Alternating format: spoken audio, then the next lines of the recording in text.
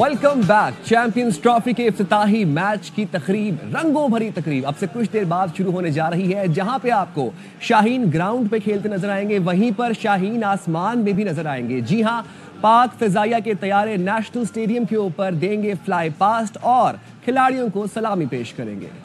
Cricket के मतवालों, धड़कने संभालो, चैंपियंस ट्रॉफी का बिगल बज गया। मुल्क में क्रिकेट का आलमी मेला सज गया। आईसीसी चैंपियंस ट्रॉफी के इफ्तिताही मैच से पहले होगी शानदार इफ्तिताही तकरीब। सदर आसिफ अली जरदारी मेहमान खुसूसी होंगे। चेयरमैन पीसीबी मोहसिन नकवी पाकिस्तान और न्यूजीलैंड का मैच देखेंगे। पाक फजाइया के तैयारे फ्लाई पास्ट करेंगे। JF-17 थंडर, F-16 और शेर दिल की घन गरज फैंस का लहू गरमाएगी। मुख्तसर तकरीब के बाद क्रिकेट एक्शन का आगाज होगा। मेजबान पाकिस्तान न्यूजीलैंड से 2-2 हाथ करेगा। फैंस का जोश 7वां आसमान छूने लगा। चैंपियंस ट्रॉफी के इफ्तिताही मैच में पाकिस्तान और न्यूजीलैंड की टीमें टकराएंगी आपस में। कीवीज ने ट्राई सीरीज का मैच जीतकर पाकिस्तान को घंटी तो बजाई खतरे की, लेकिन पाकिस्तानी खिलाड़ी भी कमबैक के लिए पुरअज़म नजर आ रहे हैं। कौमी टीम ने अहम मैच के लिए मुसलसल तीसरे रोज प्रैक्टिस और तैयारियों को हतमी शक्ल दी। हारिस रऊफ ने भी बॉलिंग शुरू कर दी। कप्तान के मुताबिक मुकम्मल फिट होंगे।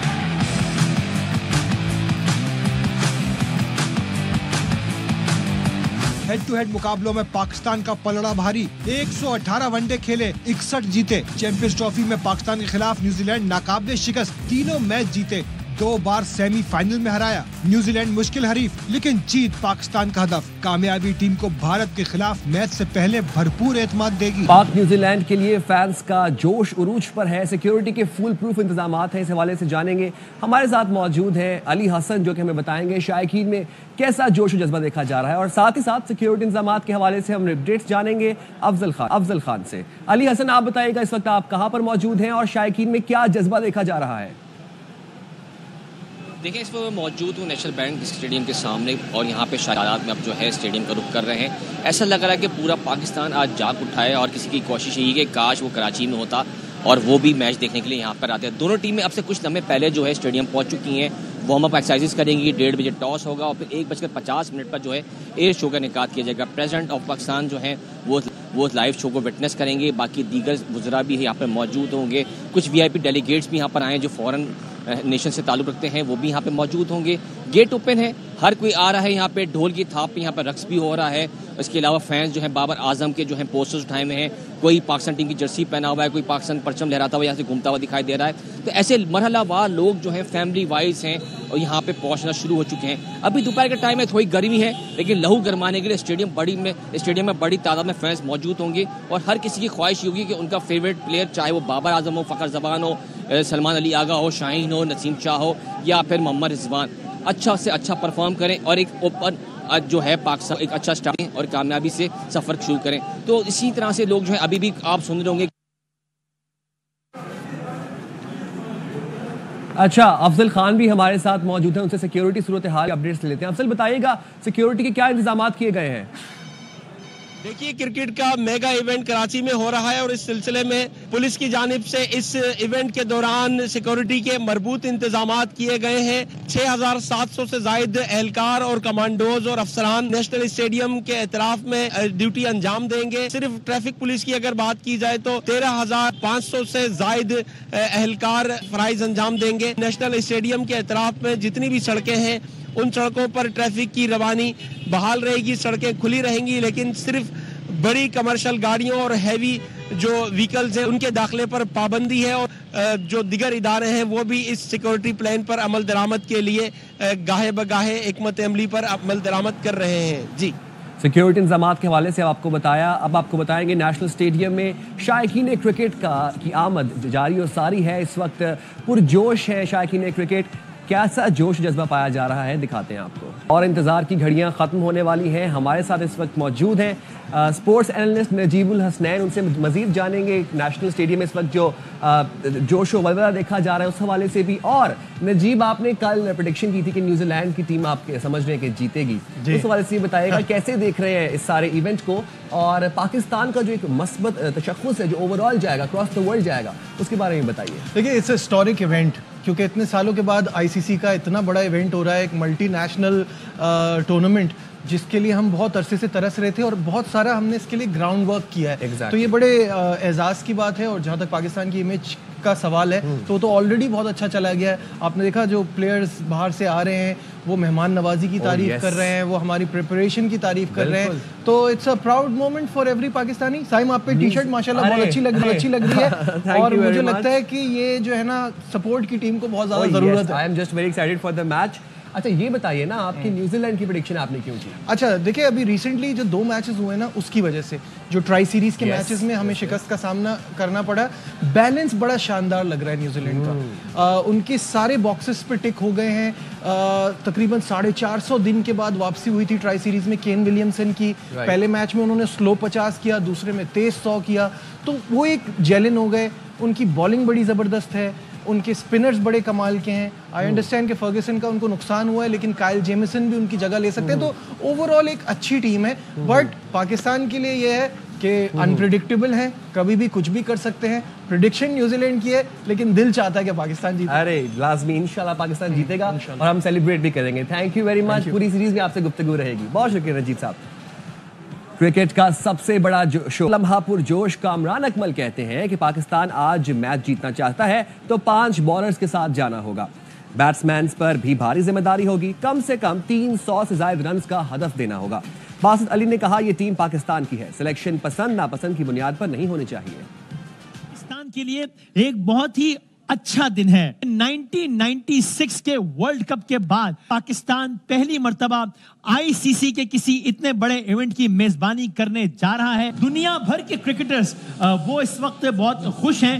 I'm expecting some great performances because there are so many global superstars on show here. I think it's going to be a wonderful tournament and I couldn't think of a better place. Sir को किसी तारों की क्या जरूरत? Sir के लिए तालियां। अस्सलाम वालेकुम। सर मैं गले में लगी हिम्मत नहीं। अस्सलाम वालेकुम सर। ये मैं बहुत शुक्रिया मतीना तुम्हारा। न्यूजीलैंड की टीम तगड़ी है, बिल्कुल ऐसे ही है। मौका नहीं है चेंज करने का, बाबर के साथ ही जाना चाहिए। और ओपन जो नंबर 3 पे है वो अब स्ट्रगल करता हुआ नजर आ रहा है। हमारी बॉलिंग स्ट्रगल करती हुई नजर आ रही है। हम प्रॉपर 5 बॉलर के साथ जाए ना, ठीक है, ज्यादा अच्छा। 7वें नंबर पे आपका ऑलराउंडर आ जाएगा। एक टीम में थोड़ी बैलेंस लगेगी और अप्रोच चेंज करनी पड़ेगी। आप न्यूजीलैंड के खिलाफ खेलना है तो 300 रन करके आप डिफेंड कर सकते हैं। उनको 325 के अंदर आउट करेंगे, वो चेज करना पड़ेगा। बैटिंग पे बड़ी रिस्पॉन्सिबिलिटी है। मैं 5 बॉलर अगर गाड़ी में जगह होती तो क्यों नहीं यार। भाई ऐसी क्या मजबूरी थी कि आपने उसी से ओपन करा रहे हैं? समझ नहीं आ रहा कि अगर आपके पास वो ऑप्शन नहीं है शाहिद साहब, तो आपके पास इमाम का ऑप्शन तो है ना। शकील इसलिए कि टॉप में आपको एक लेफ्ट हैंडर और चाहिए मिडिल में। ठीक है, गुस्सा नहीं कर। नहीं, पाकिस्तान जीतेगा यार, पाकिस्तान जीतेगा। भाई दुआ तो पाकिस्तान के साथ है, लेकिन बैलेंस जो है वो इस वक्त न्यूजीलैंड के साथ है। 2 मैच जीत लिए उन्होंने, बस अब तीसरा नहीं जीतने देगा पाकिस्तान। पाकिस्तान जीतेगा। पाकिस्तान प्राइड के लिए खेले, तीसरा मैच 2 हार गए हुए हैं, व्हाइट वॉश से बचे। ओके पाकिस्तान। खोसा साहब, तारीख पर जाएं तो आपकी बड़ी लंबी प्रोफाइल है। आप वफाकी वजीर, सेनेटर, रुकन असम्बली, गवर्नर, अटॉर्नी जनरल रह चुके हैं। आपने इन ओहदों पर रहकर 2D सेक्शन को ख़त्म करने के लिए क्या कदम उठाया? हमारी तरफ से पार्लियामेंट बेशक आज इस सेक्शन को ख़त्म कर दे। जस्टिस जमाल मंदोखेल के सिविलियन के मिलिट्री ट्रायल केस में रिमार्क्स। जस्टिस मुसरत हिलाली ने कहा, आप पार्लियामेंट में कुछ यहाँ कुछ और बात करते हैं। फौजी अदालतें तो बाद में बनी, सकूते ढाका की वजूहात कुछ और थीं। एतजाज़ एहसन के वकील लतीफ़ खोसा ने कहा, आपके सामने है 26वीं तरमीम कैसे पास हुई। अख्तर मेंगल ने असम्बली की रुकनीत से इस्तीफ़ा दिया। इस केस की वजह से सुप्रीम कोर्ट अंडर ट्रायल है। अदालती फैसलों का तारीख फिर जायज़ा लेती है। जस्टिस अमीनुद्दीन ने कहा कि सुप्रीम कोर्ट अंडर ट्रायल नहीं, अदालत ने आइन और कानून के मुताबिक फैसला करना है। सेक्शन 2D को 9 और 10 मई के साथ मिक्स न करें। लतीफ़ खोसा ने कहा, सिविलियन का मिलिट्री कोर्ट में ट्रायल नहीं हो सकता। सिविलियन का ट्रायल ख़त्म करने पर अवाम आपके शेदाई हो जाएंगे। मिलिट्री कोर्ट्स के लिए उन्हें 21वीं तरमीम करना पड़ी। 9 मई पर जुडिशल कमीशन बनाने की बात की गई। जस्टिस अमीनुद्दीन ने कहा, खोसा साहब आप फिर दूसरी तरफ चले गए। लतीफ़ खोसा ने कहा, मैं किसी जमात की नुमाइंदगी नहीं कर रहा, सारी उम्र कानून की हुक्मरानी की जिद्दोजहद की है। नायब वज़ीर आज़म इसहाक दाद ने न्यूयॉर्क में अक़वाम मुत्तहिदा के सेक्रेटरी जनरल अंतोनियो गुतरेस से मुलाकात की है। इसहाक दाद ने आलमी चैलेंज से निपटने के लिए पाकिस्तान की जानिब से ताउन का यकीन दिलाया। इसहाक ने कहा पाकिस्तान आलमी अमन मिशन समेत UN चार्टर की हिमायत करता है। तर्जुमान दफ्तर खारिजा का कहना है मुलाकात में इसहाक ने तनाज़ा कश्मीर को उजागर किया। उन्होंने कहा पाकिस्तान सलामती काउंसिल की करारदादों के मुताबिक मसला कश्मीर का हल चाहता है। इसहाक ने फ़लस्तीनियों के खिलाफ इसराइली जाहिरियत की मजम्मत करते हुए कहा पाकिस्तान अल कुद्स अल शरीफ बतौर दारुल हुकूमत आज़ाद खुद मुख्तार फ़लस्तीनी रियासत के क़याम का हामी है। उन्होंने अफगानिस्तान की जानिब से क्रॉस बॉर्डर टेररिज्म पर तशवीश का इजहार किया। सेक्रेटरी जनरल एंटोनियो गुतेरेस ने बैनुल अक़वामी अमन और सलामती के लिए पाकिस्तान के किरदार को सराहा। तर्जुमान दफ्तर खारजा का कहना है पाकिस्तान और बरतानिया के दरमियान इंसदाद दहशतगर्दी डायलॉग का दूसरा दौर लंदन में हुआ, जिसमें दोनों ममालिक ने अहम आलमी और इलाकाई अमूर पर गौर किया। इस दौरान दहशतगर्द तंजीमों की जानिब से सिक्योरिटी खतरात पर तबादला ख्याल किया गया। अफगानिस्तान से उभरने वाले खतरात का बैनुल-अक़वामी रिपोर्ट्स के तनाजुर में जायजा लिया गया। कानून की अमलदारी और टेरर फाइनेंसिंग से निमटने के लिए तरीक़ेकार पर भी तबादला ख्याल किया गया। इंसदाद दहशतगर्दी के लिए दो तरफा शराकतदारी पर भी गौर हुआ। पाकिस्तानी वफ़द की क़यादत DG इंसदाद दहशतगर्दी वज़ारत दाखिला अब्दुल हमीद और बरतानी वफ़द की क़यादत जॉइंट डायरेक्टर बराए कौमी सलामती ने की। आगे बढ़ेंगे। बलूचिस्तान के ज़िला बारखान में नामालूम मुसल्लह अफराद ने 7 मुसाफिरों को बस से उतार कर कत्ल कर दिया। डिप्टी कमिश्नर बारखान वकार खुर्शीद आलम का कहना है वाक़या गुज़श्ता शब ज़िला बारखान की तहसील रखनी में पेश आया। मुसल्लह अफराद ने मुसाफिर बस को रोका और शनाख्ती कार्ड चेक करने के बाद पंजाब से ताल्लुक़ रखने वाले 7 मुसाफिरों को बस से उतार कर कत्ल कर दिया। शनाख्ती कार्ड चेक किया, मेरा इंग्लिश में शनाख्ती कार्ड था, दूसरा मेरा जो भाई था उसको शनाख्ती कार्ड उसका देखा, उसने कहा मेरे पास नहीं है, उसको उतार के नीचे ले गए और गोलियां मारी। कोयटा से मुल्तान जा रहे थे, रैशी बुरे वाला का रैशी हूँ मैं। मेरा नाम जीशान मुस्तफ़ा, मेरे भाई का नाम अदनान मुस्तफ़ा है। दहशतगर्द जो तकरीबन 10-12 आदमी थे, कलेशनें उनके हाथ में थी, टोपियाँ ली हुई थी, जैकेटें पहनी हुई थी उन्होंने। वज़ीर दाखिला मोहसिन नकवी और वज़ीर आला बलूचिस्तान सरफराज बुगटी ने बारखान में दहशतगर्दी की मजम्मत कर दी। मोहसिन नकवी ने 7 मुसाफिरों को कत्ल करने के वाक़े पर अफसोस और लवाहिकीन से हमदर्दी का इजहार और ताज़ियत किया है। कहते हैं मासूम लोगों को निशाना बनाने वाले रियायत के मुस्तहिक नहीं, मुल्क दुश्मन अनासर अदम इस्तेहकाम पैदा करने की घिनौनी साजिश कर रहे हैं। कौम की हिमायत से हर साजिश को नाकाम बनाएंगे। वज़ीर आला बलूचिस्तान सरफराज बुगटी ने कहा दहशतगर्द मासूम और निहत्ते लोगों को निशाना बना रहे हैं। दहशतगर्दी का ये बुज़दिलाना फेल नाकाबिल माफ़ी है। वज़ीर आला खैबर पख्तूनख्वा अली अमीन गंडापुर का कहना है कुरम के मसले में बैरूनी कुव्वतें मुलविस हैं जो असलहा और बारूद फराहम कर रही हैं। बैरूनी कुव्वतें पूरे पाकिस्तान में आग लगाना चाहती हैं। मसला है 103 साल से चल रहा है। हम ये कहते हैं ना जमीन के तनाज़े का मसला ऐसा नहीं है। फिरका वारियत का जो एलिमेंट है वहाँ पे इंटरनेशनल कुव्वतें, बैरूनी कुव्वतें पूरा इन्वेस्टमेंट कर रही है। जिस तरह का वहाँ पे असला और बारूद सप्लाई हो रहा है, इस्तेमाल हो रहा है, उसके अंदर वो पूरे इन्वॉल्व है उसके अंदर, और उसको वो चिंगारी को पूरे पाकिस्तान में उस चिंगारी से आग लगाना चाहते हैं। तो हमने अब ठोस इक़दाम की तरफ हम जा चुके हैं। उस रोड के साथ हम उन एरिया को भी प्रोटेक्ट कर रहे हैं कि जहाँ से दूर से FIR आता है। 2 अरब रुपए तो सिर्फ वहाँ पे CCTV कैमरा लग रहे हैं और जो वहाँ पे पिकेट्स बन रही हैं, बिछड़ने वाले नहीं है। जो गलत है, दहशतगर्द है, दहशतगर्दी फैला रहा है, आज बच जाएगा, कल बच जाएगा, लेकिन वो बचेगा नहीं। असल चीज है कि वो जो जड़ है उसका हिस्सा बने हुए हैं लोग, उस जड़ को उखाड़ना पड़ेगा। अपने बंदे आइडेंटिफाई कर लिए हैं उसमें, इंशाल्लाह वो अपने मंतक के जहाँ को। यहाँ पे आपको खबर देंगे कलदम तंजीम का इंटरनेशनल नेटवर्क बेनकाब मुतादिद गैर मुल्की गिरफ्तार। जुल्करनैन हैदर हमारे साथ मौजूद हैं, उनसे मजीद जानेंगे। अपडेट कीजिएगा। जी बिल्कुल, की असासदार ने बड़ी कामयाबी की है। दैश का जो इंटरनेशनल नेटवर्क है वो बेनकाबू है। मुतअद्दिद गैर मुल्की जो दहशतगर्द हैं उनको गिरफ्तार कर लिया गया है।